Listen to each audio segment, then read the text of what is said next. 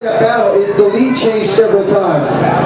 Yeah, you know, Tim and Todd were putting good pressure through all the technical stuff, and I was just trying to get enough of a gap on them in the sections where I could pedal fast and so I could maintain my lead through the technical stuff. There's just some of those downhills that, as long as there was a rut, you know, I could do it really fast, but the ones that were kind of off camera and shiny, man, I was having a heck of a time just keeping the bike upright. I only had one small mishap out there, I crashed one time, but these guys are going good, and I look at it in that last half of the lap to take third. I gotta ask you, I feel like I've watched like 3 races today.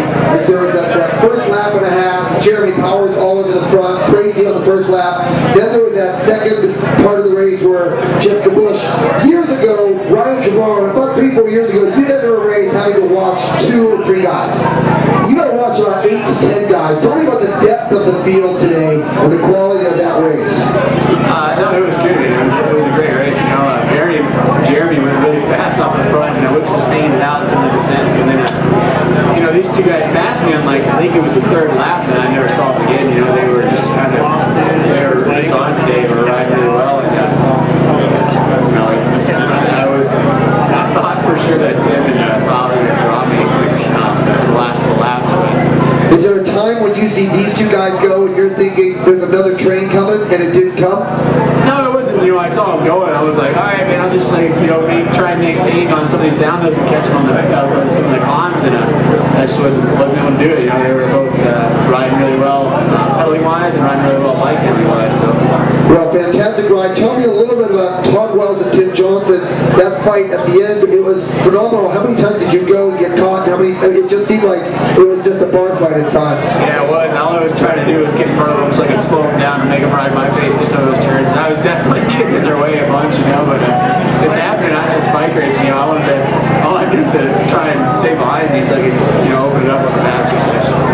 And last question for you, just being on this podium today and knocking those Cannondale Cyclocross World guys around a little bit, how good does it feel? Because it's been a stranglehold for a month. You feel like November, December are better months for Ryan Trebon?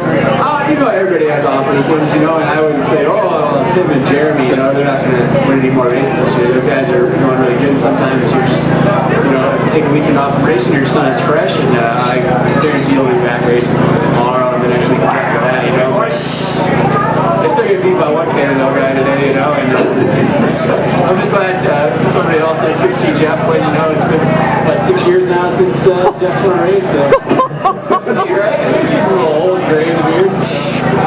About time. Let's hand that mic over to Jamey Driscoll. Thank you, Ryan Trebon. Jamey Driscoll, Vermont guy. I still get a sense that when you find yourself in the position to lead, you're still sort of the junior varsity on this team.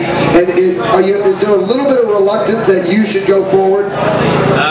I wouldn't say so. I mean, a race like this, I just kind of go on autopilot, and there's not much team tactics. I just, if you can get a gap out there, you take it, and you take as much as you can.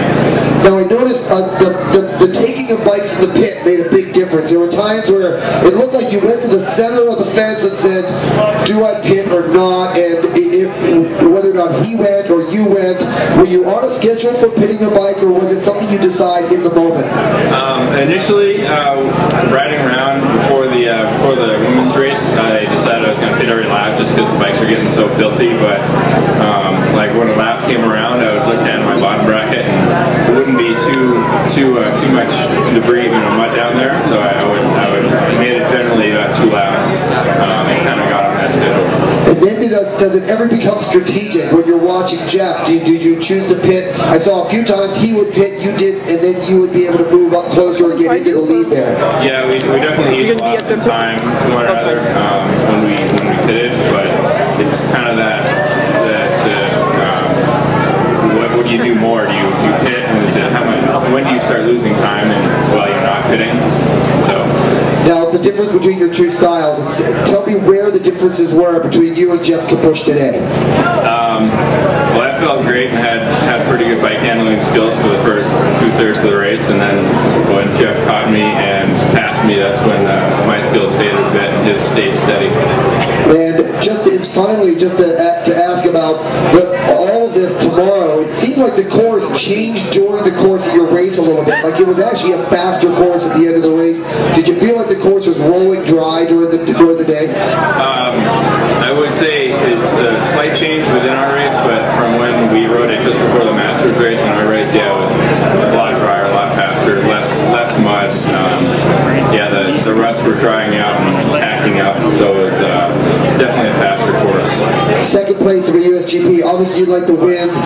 Where did you think? Was there a point in today's race where you were like, I could win this race, and that would be really cool? Yes, when I first passed Geoff and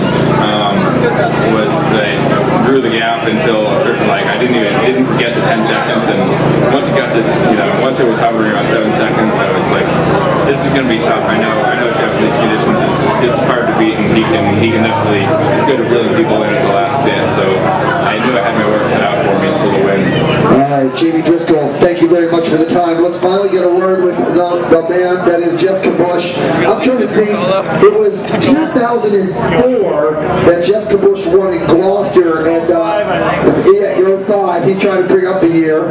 And I got to ask you, just in terms of cyclocross, you've been top 10 all the time, a few podiums, but what did this mean, and why did you show up today and say to Dave McElwain, I'm going to win today? What made you think you had good legs?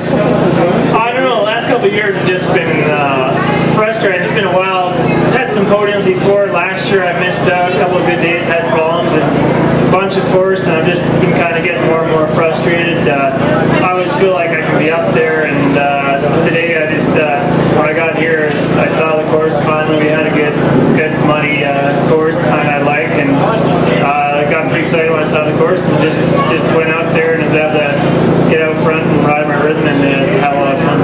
Now tell me a little bit about why this course at Geoff Kabush. What was it about the course? Not just the mud, but also the way the course was laid out. Anything that favored you that you saw?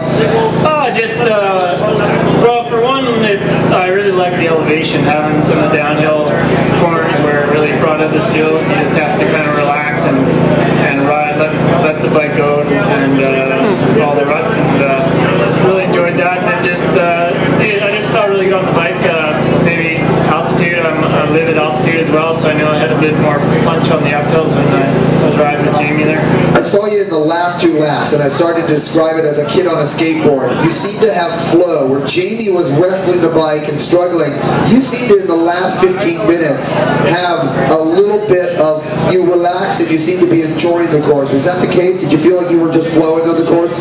Yeah, the whole race, I felt like they'll just ride within myself and didn't panic. I actually had a few, I dropped the chain early on and had to pit a couple times, and Jamey got the small gap, but I never really changed my rhythm, and when you can do that and relax, I felt like I was recovering, and I could see, once I started closing down on Jamey, I felt really comfortable, didn't try to close it too fast, and then caught him, was able to just kind of recover a bit on the straight, and then attack him on the hard uphill, opening up the gap pretty quick, and after that I knew if I just relaxed and rode to the finish, it would be in the bag.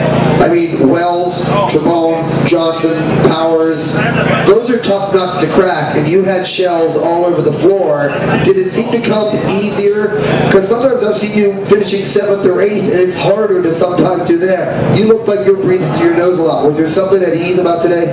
Oh, when you win, it's always easier, and yeah, I don't know. I got off to a smooth start there, and I was actually surprised I didn't see some of those guys like Todd and Tim come across, because I felt like I was riding relaxed, and maybe that's it. When you're having a great day, it's easy, and today was a lot of fun. Today felt just really smooth, having fun. This victory, you get onto the pavement, great crowd, huge victory. Where does the USGP victory show up on your palmares? I mean, obviously you have great credentials in your resume. Where does this one stack up?